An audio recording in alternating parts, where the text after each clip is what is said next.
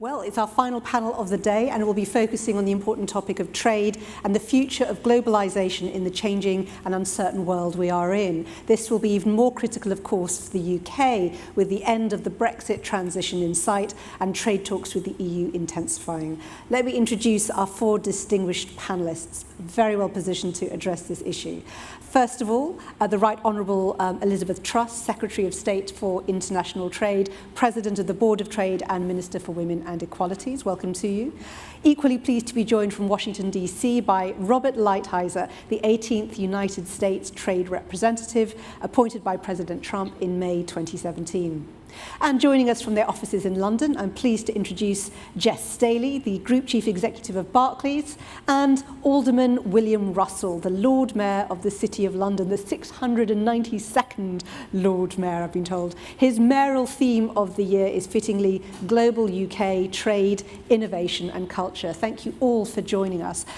Secretary of State Elizabeth Truss first.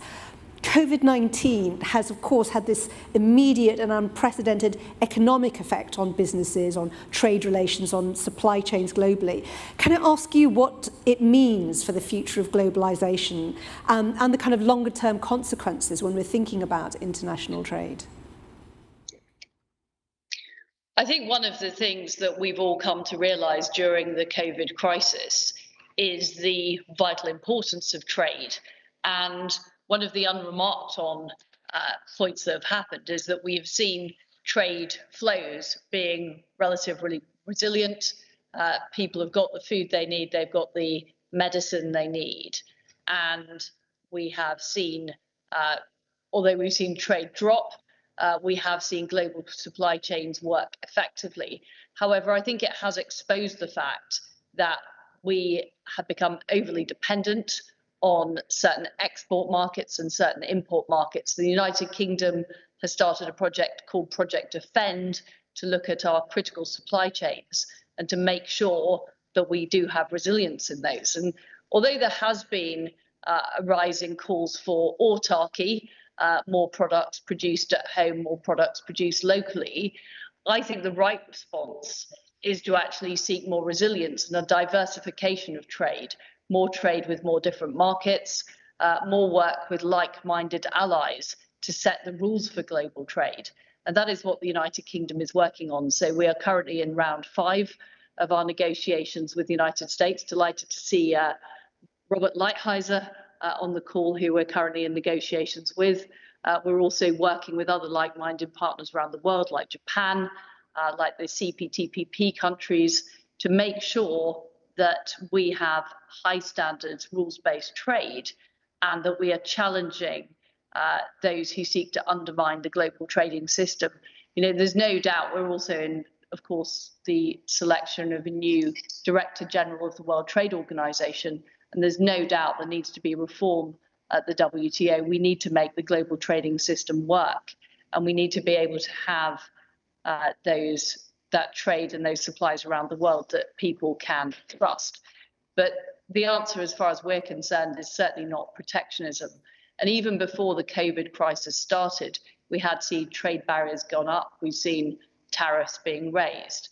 And that surely is not the answer that we all need as we seek to recover from the COVID crisis and we seek the global economy to recover. Now, I recognise that the United Kingdom, as a country that is highly exposed to trade, both imports and exports, has a strong interest in that. But I think by working with our allies around the world, of which, of course, the United States is critical, we can improve world trade. We can seek a world order where rules are followed, and we can get the resilience in our supply chains that we need so that we are able to cope with any shock, whether that is a pandemic or indeed other unexpected events. Thank you. Robert Lighthizer, in a sense, I'd love to get your perspective on this, how far COVID has compounded underlying challenges for global trade and trade relations. What's your view? Well, I guess I have a slightly more complicated view. First of all, I agree with the Secretary of State. We're very pleased with the progress we've made in our 5th round. And I'm confident that we're going to have a good trade agreement that serves the interests of both the United Kingdom and the United States. So we have great leaders, and we have, at least on one case, a great minister negotiating. And I'm sure we're going to get a good outcome. So I feel good about that.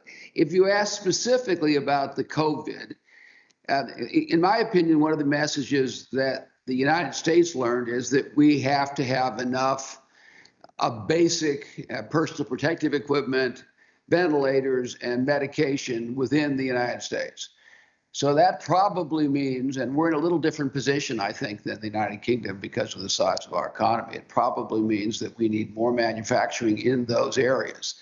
That's not to say that we're in favor of less trade, but I think one thing we've learned is that when you have a crisis, people are going to take care of their own country first. And the other thing I would suggest is that we should be very careful about drawing very profound conclusions from a once-in-a-100-year crisis. I think we were doing quite well. We were moving along. We've got to go back to where we were before that. The policy prescriptions are the same. The actions are the same. The problems are the same. The solutions are the same. So let's be careful not to change things in a dramatic way because of something that probably won't happen again in the lifetime of our children. But from our point of view, it's important, I think, the United States be able to produce the basic materials it needs in the case of a pandemic when it needs them. And there's a realization that a lot of countries take care of their own people first in that crisis. And I think that's probably the appropriate policy response, as long as you don't ignore your obligations to your trading partners. Thank you so much. I want to put the same question to Jess Staley, and adding perhaps a point of view that I think some would say is that there is dispute about whether the pandemic is indeed a once in a lifetime or once in a century experience. There is concern about whether it might be the start of more events like this, which might disrupt assumptions about global trade. What's your take on lessons from COVID-19 and the impact it's had on trade relations? One thing, it's an honor to be with this distinguished panel.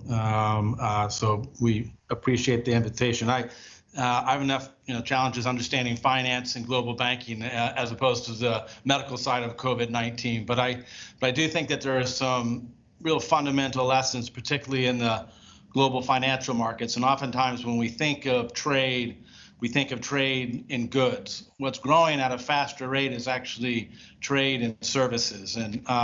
And we've been asked to join the Trade Advisory Group under the Secretary of State. And we've been trying to make this point that COVID-19 has underscored the real importance of the mobility of intellectual capital around the world, but also very much the mobility of financial capital around the world. And we just look at Europe in the first 4 months of the pandemic, over 370 billion euros of funding were given to European corporations and companies. A very important percentage of that corporate borrowing came from capital market investors in the United States. We all know the amount of foreign investment in the U.S., starting with U.S. Treasuries and the U.S. mortgage market. But having the free flow of capital, I think, has been critical to provide funding to corporations and governments as they deal with this pandemic and try to get financial resources through fiscal policy into the hands of U.S. and U.K. citizens that are most in need. And a lot of trade policy historically has not really focused on the financial service industry. It's got very different issues than goods themselves. And then finally, on the intellectual capital side, we're a bank of 85,000 people, of which 6 months ago we called them up and said 55,000 now have to start working from their kitchen tables. And if you want to put that into the issue of mobility and where people can work around the world and keep a global organization still functioning, intellectual capital mobility, I think, will increasingly be a key component in thinking about trade between developed countries like the UK and the US.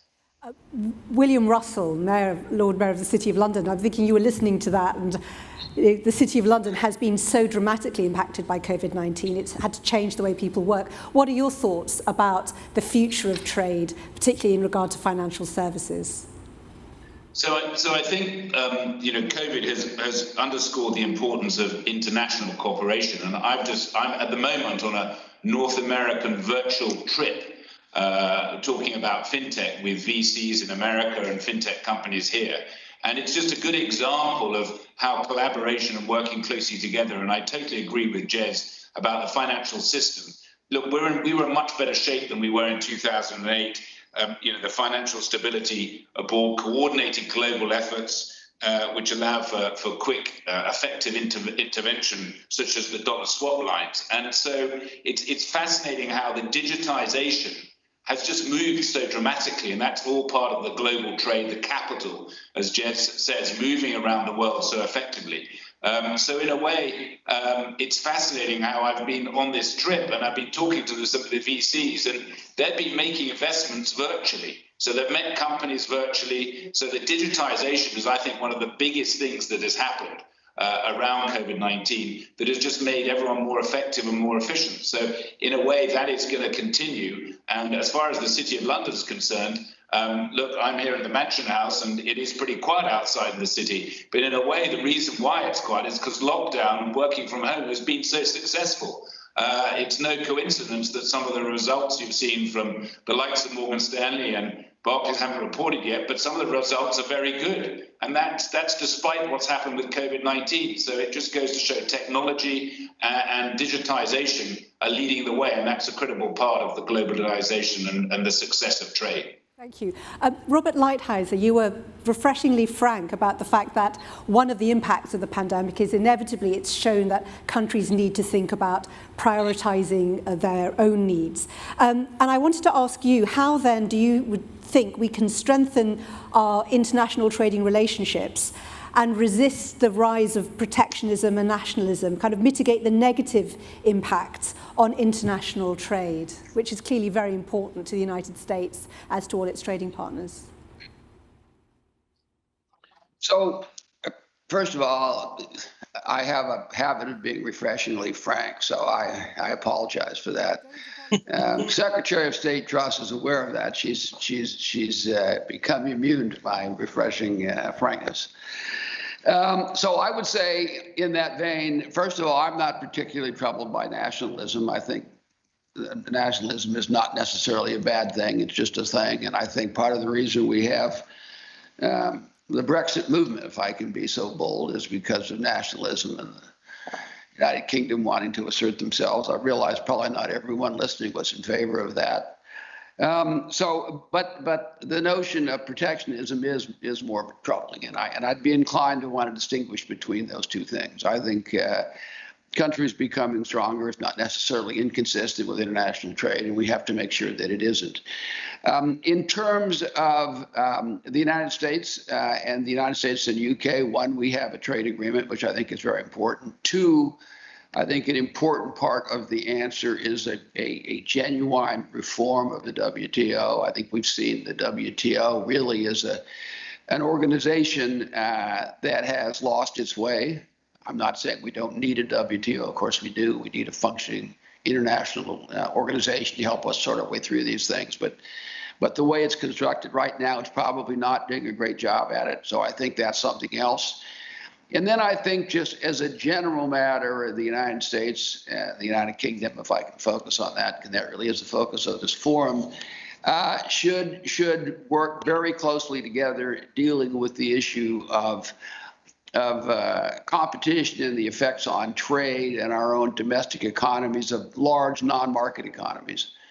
I think we have to have a functioning way to be able to push back against the distortions that come from large non-market economies. So I guess I'd say on all of those fronts, I think we are making headway in all those areas. But I would say those are probably the things that kind of most trouble me right now: the WTO's lack of functionality, the effect and its inability to deal with large non-market economies and their effect on trade generally. And I'm far more worried about that than I am nationalism. So in any event, I'm optimistic that we're going to be able to make headway on those, but those are the things that I worry about. Thank you.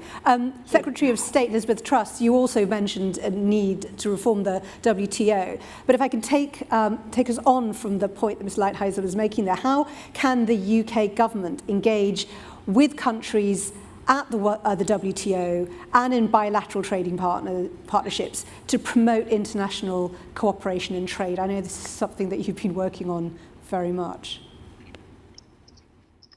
Well, yes. I mean, first of all, I'd say I think the key point here is sovereignty.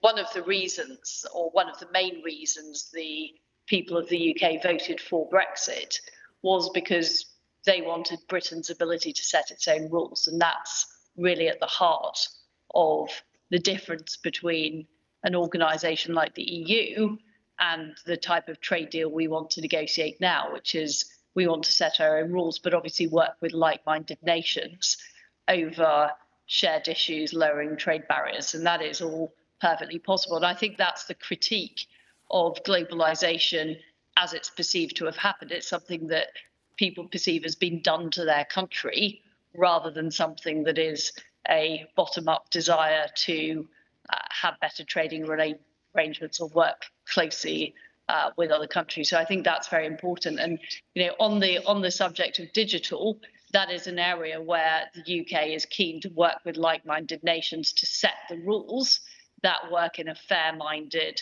way. And it's not possible for, as Robert pointed out, other countries that might have large state-owned enterprises to be able to distort that market. And that is a fundamental problem with the way the WTO has worked. So I think the answer is there has to be a combination of strategies. First of all, getting the right leadership at the WTO and making sure that we are honest about the problems it faces, because a lot of these issues haven't been updated for years. The rules haven't been updated. A lot of negotiations have been grounded. But secondly, it's also about creating coalitions of the willing, like-minded partners that are prepared to set the rules differently if the WTO remains fundamentally unreformable. And the way I see it, and the way I see the UK's role, is we want to be part of a network of trade agreements. So we want to strike a good trade deal with the United States. We're making very good progress. There's a lot of common ground. We're now into the market access negotiations. We've recently struck an improved deal with Japan. We think there are lots of opportunities with like-minded countries in the Asia-Pacific region. So if the WTO fundamentally can't be formed, we need alternative coalitions of the willing to work together, particularly in areas like digital and data, where there is a lot of resistance from some economies. Okay, thank you. Jess Staley, with the end of the transition of Brexit happening in sight, can I ask what would you say businesses need from the government to plan for the future? Obviously, I think the efforts by the British government to reach out to countries like the United States and reach agreement with Japan, and we would echo what the Secretary just heard, that there are a lot of strong positives in the outline of the deal with Japan. Transparency, predictability, obviously, is very helpful. But the UK, given the whole discussion around globalization and coming to the end of the Brexit transition, it really is in a unique position to help define a situation around trade of goods and trade of financial services, which, to the ambassador's point, is a win-win for both participants. And so looking after one sovereignty is not a negative. It is actually the proper approach to get the right sort of trade deal. We just the other day, the European Union, right with Brexit coming along, announced a €100 billion borrowing program to fund governments across Europe trying to help those that are unemployed. Barclays was one of the 5 major underwriters of that first tranche of that facility. That's getting the fluidity and free flow of finance into a very important purpose for Europe. And we, representing a British bank, talking to investors all around the world, I do think that the free flow of capital can be a demonstrably a positive means for those that receive capital. Capital wants to go into a location where it's protected, where it's predictable. I think that's what the countries that want a real global framework are trying to achieve in the negotiations that are being led by the UK, by the Secretary. Thank you. William Russell, I've got a Brexit question for you as well then. How do we encourage more foreign direct investment in the UK and kind of leverage the City of London, which has always been the continent's dominant financial hub at a time when we know that places like Frankfurt are very much trying to compete? So, I look back to June 2016, and I think it was EY who came out with a report saying we'd lose 85,000 jobs because everyone would move to Frankfurt and Paris. Well, I can tell you it's under 10,000, and actually we've increased jobs in the City of London. A lot of it's around fintech that employs 75,000 people around the whole of the UK. And fintech is not just London, it's the whole of the UK. I was another virtual trip that I seem to do quite a lot at the moment for obvious reasons, up to Scotland and Glasgow and Edinburgh, and they have 146 fintech companies in Scotland on their up there alone, and we have wonderful fintech companies in Cardiff and Manchester. So all the pessimism, to be frank, was totally wrong, and now we've got this huge opportunity around the green agenda, where I think we already are the green finance centre of the world as well. We've got COP26 next November. And all of this is encouraging capital in. I mean, look, we're very fortunate. As you said, that my theme is global trade, innovation and culture. You know, we're the culture and the art centre of the world as well, and attracts all that talent. 40% of the people working in the UK are outside of the UK. So I'm hugely optimistic. Our history, as you said, I'm the 692nd Lord Mayor. We've been innovative for hundreds and hundreds of years, and I assure you that we will be innovative again.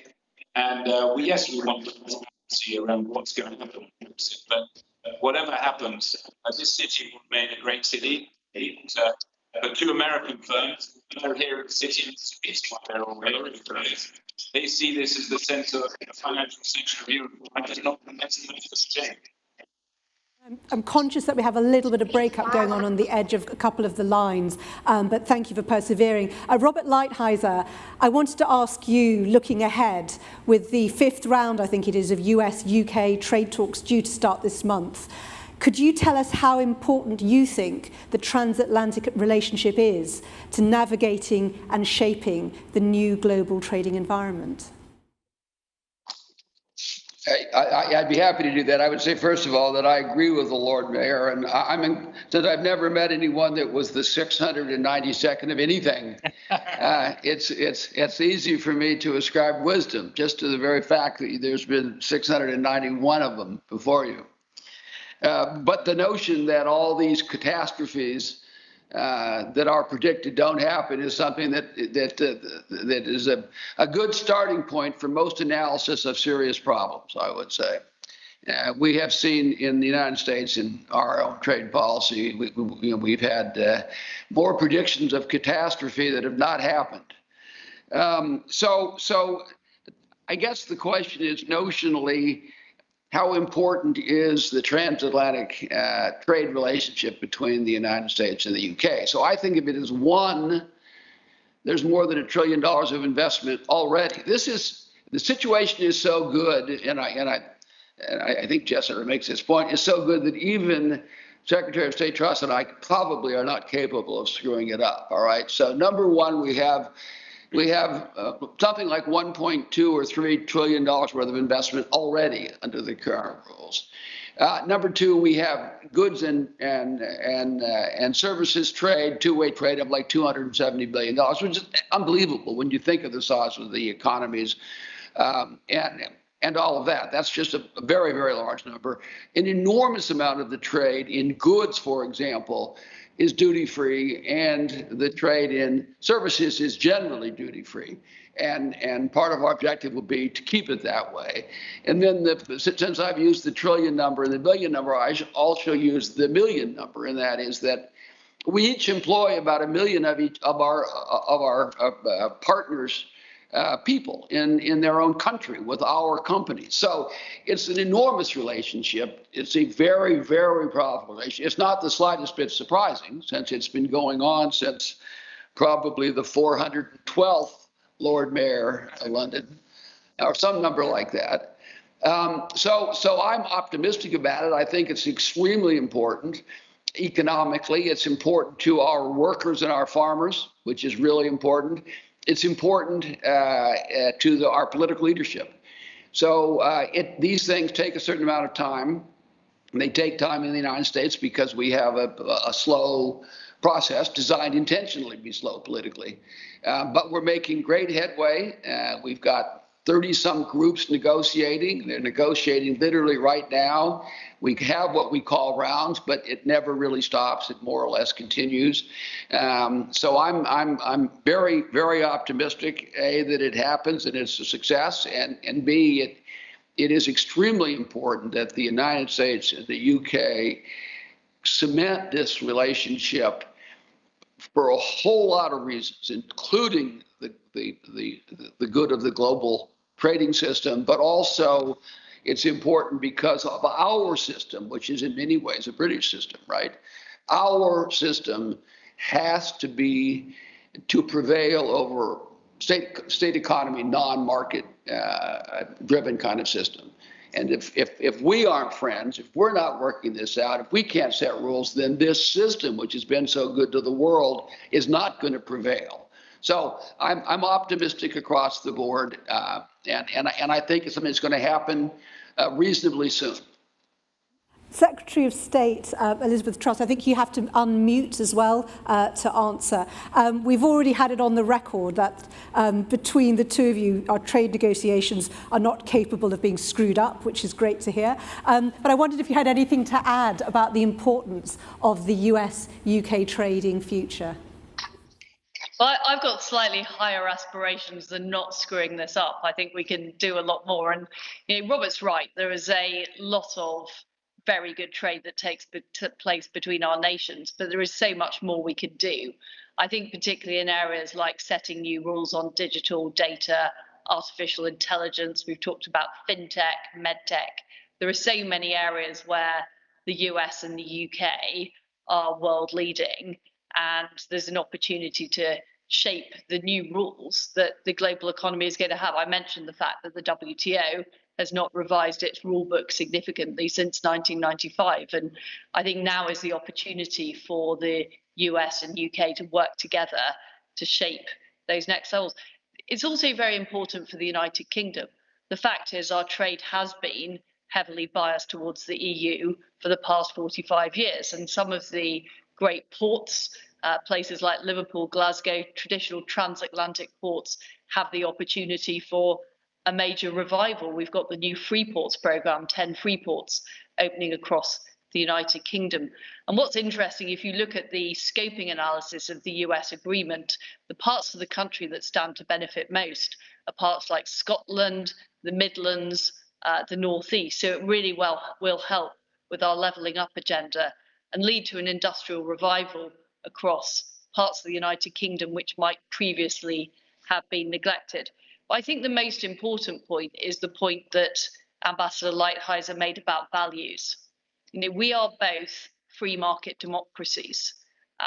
We have strong values, and the world is being challenged by countries that don't have that democratic underpinning, that don't have the transparency that we rely on in our trading relationships, that don't follow the global rules. And I think that working with like-minded countries like the United States is going to be incredibly important as we seek to move those rules forward. And I'm a great believer in freedom, and I think fundamentally economies that succeed that are free. But we need to protect those freedoms over the longer term, and this is what the geopolitical aspects are very, very important.